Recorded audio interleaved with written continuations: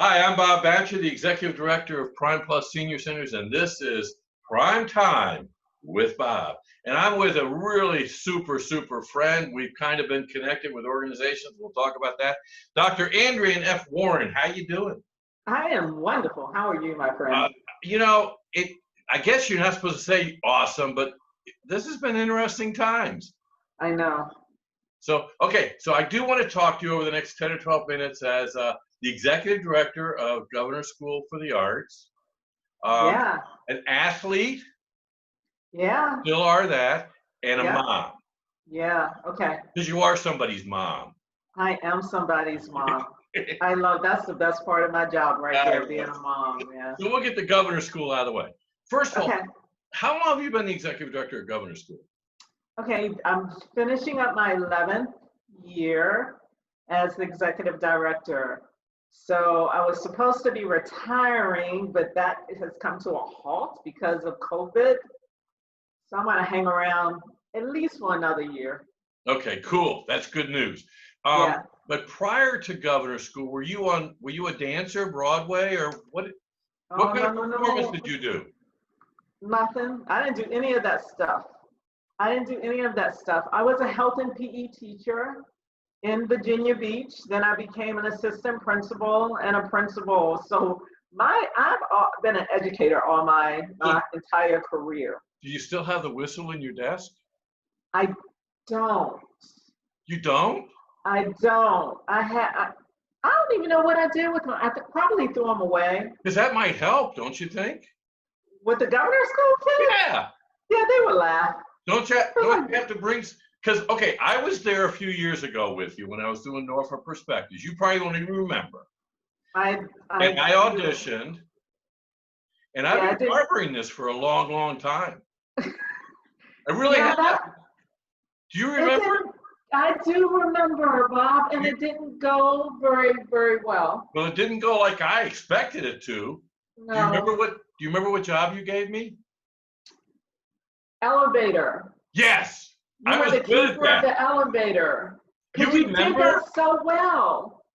Okay, because you got kids coming through there all the time. All the time. And you know there's kids that are saying, I didn't get it. Yes. Right? So the elevators aren't working anymore. So now what? What would you say to me for being a dropout? You want to drop out because you have to drop in to be a dropout. Yeah. But I think you do what you do so well, and I'm all for stay in your lane. And you interview and stuff like this, you do really well. Just don't sing. I don't sing either. Yeah, and I have no rhythm.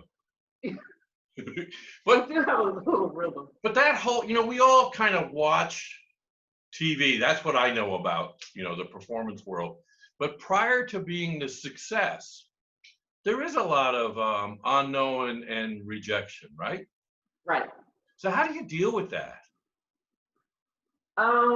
Well, I think for the kids, we tell them, I'm a firm believer that things work out the way that they're supposed to.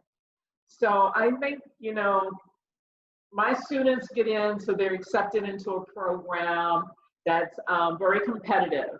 And then for them, rejection is maybe they didn't get the part that they really wanted. But I tell them all the time, first of all, for us, you have to trust the process. And I have people who really know what they're doing. And just like if they go into this business and they didn't get cast, it's a reason why you didn't have the look that they were looking for. Your feet were too small or too big. You were too short, because this business can be extremely subjective. Mm-hmm. And unfortunately, looks do matter, especially if they're casting a certain way. So you just have to accept that door is closing, there's another one open. And I preach that all the time. I did a call one time, cattle call, for a 40-year-old father of 2 daughters. I'm a given. I was 40 at the time. I have 2 daughters. So I got rejected because I didn't look like the guy's father that he was casting, I guess. Right. Plus can't remember lines. So but that's we all kind of like, huh? That's a problem if you Oh, can't remember I lines. can't. Cue cards. But so we all kind of like that predictability of life, right? Yes. So what is September going to look like for you? Because you've done it now 12 times. So easy, right? This is different. Yeah, everybody is saying that. Yeah, it's different. COVID, well, first of all, Governor School accepts students from 8 different school districts. That's right. So I really have to depend on what the school districts are going to do. So if they decide to go with the alternative days of when they're going to have students in, then I've got to figure out what does that look like for us. Virginia Beach is my largest school district, so if only half of the kids come on Monday, that half, then what department will those students go? What department are they going to? And what does it look like for that department? Because I can't have orchestra concert or orchestra rehearsal with only 20 students.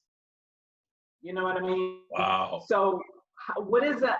So to be honest, I don't like this because I like to have, I'm a little control freak.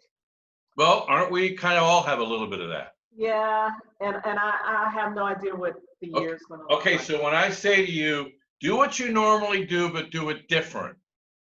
You want to reach over and I guess it's that way. Slap me? I don't even know. Well, first of all, I do know this. We will not be able to do any performances during the first semester. I just can't see that happening because how do I social distance with 80 students in an orchestra? Right. And they usually sit very close together. I don't have enough stands for each student to have an individual stand. Wow. Andrea, you're one of the most put together people I know.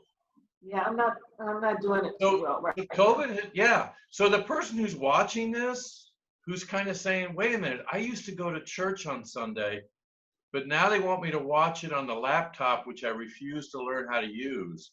Well, how am I going to get to church, right? Right.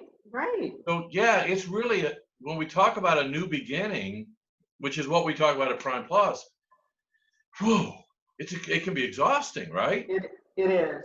Okay. It really is. You mentioned something, because one of the things that we have with Prime Plus is, and you'll get this, the Culture Club. And the Culture Club is a group of people who have said, here's my email, let me know what's going on in the community arts-wise. And so they get to go to performances and they're the first to sign up and that kind of thing. So the world has changed. Yeah. So is it still important to be plugged into some of the virtual stuff? I think it is. Yeah. First of all, I think it's always good to learn a new skill, even for young, for old, my mom is finally getting used to FaceTime live, FaceTime live. Everybody's watching this so she can watch your interview. Yeah, right. So, I mean, it's always good to do that. And then, it connects you with people. And let's be honest, human beings are social people. Although we are socializing, you and I communicating through screen, I can see your lovely face. And that makes me happy, right? So a lot of people are doing virtual. We did a virtual, my friends, girlfriends and I did a virtual girls' night out. So each of us had our little cups and, our husbands were in the background. I was going to say, was he hovering behind you? Yeah, right. So it was fun. It was fun. Have you done an old-fashioned conference call since Zoom has come around? No.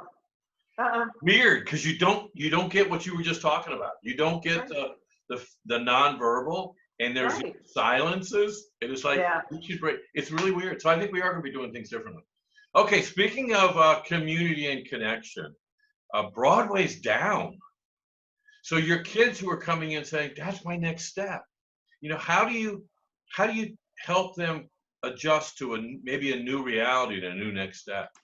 You know what, and I'm glad you mentioned that because I don't even know what's going to happen to Broadway. My daughter performs on Broadway. I was wondering if you were going to mention that. Yeah, okay, yes. So she's a Broadway performer. I'll let you tell the rest. She's a Broadway performer, but you know, like they were supposed to start up again in July, and now it's been pushed back to September. And when I talked to her earlier this week, she said, "Mom, I don't even think we're going to come back in September." So my thing is that like her theater is it's $1,000 plus capacity. How do you social distance when the seats are like really tight? Like my husband complains all the time because I have to get him an in seat because his legs are too long. So how do you're going to cut your capacity to allow for social distancing? How do you what does that look like? I don't know. No. And we're going to have how do they keep the cast the same issue safe? on the road shows and coming to Norfolk. So the world was going to change. Okay, you gave me permission. Yes. She's not just a Broadway performer. She is Tina Turner. Yeah. And so she was top of the world. I mean, she went to London. She got the rejection stuff behind her. She's in New York. She's doing Broadway. I saw her on the morning shows all the time, shaking, you know. Yeah. Dad, I'm sure doesn't watch it, right? Oh, he loves it. He loves it. So she's top of the world. Tony Awards coming down the pike. I mean, now what? She's in the. Did you tell me that she's in the closet recording? Yeah, well. I mean, you know, come on. I know she will tell it like this. So I'm not sharing anything that she wouldn't say herself. She has worked on Tina for over 4 years. It's been her life. Yeah. So you know, and she was so excited about being back home and really excited about the Tonys, and then COVID happened, and so that has been hard for her because everything, all the build up. You know, Oprah came opening night. First thing Oprah said, "Get ready for your Tony." You know, and she's usually, "Mom, don't talk about the Tonys," but we were all excited about the Tony nomination. And in fact, the Tonys were supposed to be June 7th. And my birthday is June 8th. So I told my husband on the 7th, we're supposed to be in New York right now getting ready for the Tonys. And you weren't going to be a seat saver either. You were going to have a seat. Yeah, I would have had a seat. So, you know, yeah, it's been an adjustment. It's been kind of sad, but again, when one door closes, something else opens up. Okay, in full disclosure, and we've got to do a wrap. You and I are both on the board of directors for Hurrah Players. Yes. We're not allowed to sit next to each other. No, because we get in trouble. I know it, but going to the essence of who we are and what the organization is, and that's what Prime Plus is doing by kind of looking at. Okay, we can't control tomorrow, but we can control what we're doing today. So doing new programs, doing virtual. You know, the essence of your daughter is to give. And so she did that master class on virtual. Yeah. And touch lives. I mean, the kids were just unbelievable. So I think we have, to look at opportunities. So having said that, how do you want to close us out on, because you are the coolest person I know. Oh, thank you. So what do you have to say to that person that's saying, man, I don't know, it's been a long time, I can't get through this, I don't know what tomorrow's going to be? What would you say to them? Yeah, man, we have to keep going though, I mean, life is too short and too precious not to, we're going through something, everybody ends up going, but we're all going through it together, right? So we're not by yourself. So we just have to keep supporting one another the way that we're doing through virtually. Pick up the phone and call a friend when you're down, just to have that conversation to help get you through. Because I've gone through, I lost my brother,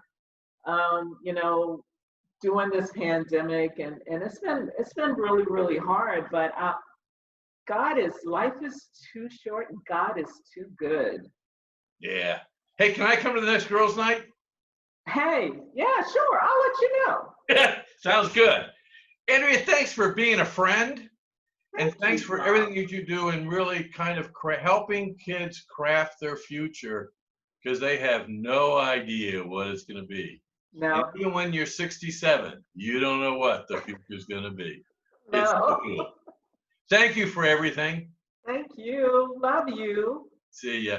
And hey, keep in mind that tomorrow's going to be here no matter what, but make today cool. And so keep, stay safe and stay connected. See you later. Thanks a lot.